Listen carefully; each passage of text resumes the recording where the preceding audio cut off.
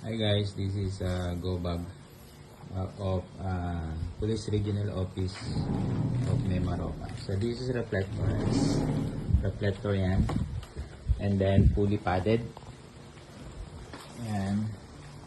Pwede itong side mesh, lalagyan ng paddle, water paddle, and then quick release lang. Meron tayo dito quick release.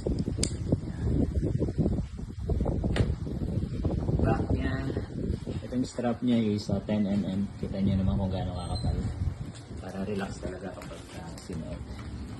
Yan, ang gamit nating zipper is YKK. This is Poly 600D. Okay, paikot niya, and then with front pocket, YKK din yung gamit. Pag binuksan natin siya, ito yung yan. So, kita niyo walang laman pero will form siya kasi padded to. Meron ditong 5mm sa loob niyan. So, in front, meron tayong organizer. Sa back, meron din tayong organizer.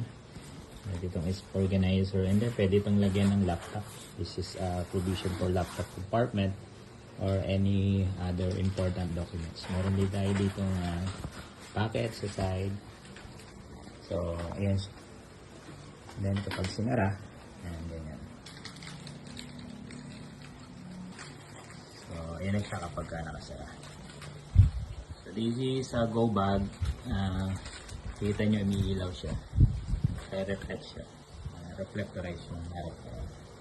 This is for Mimaropa.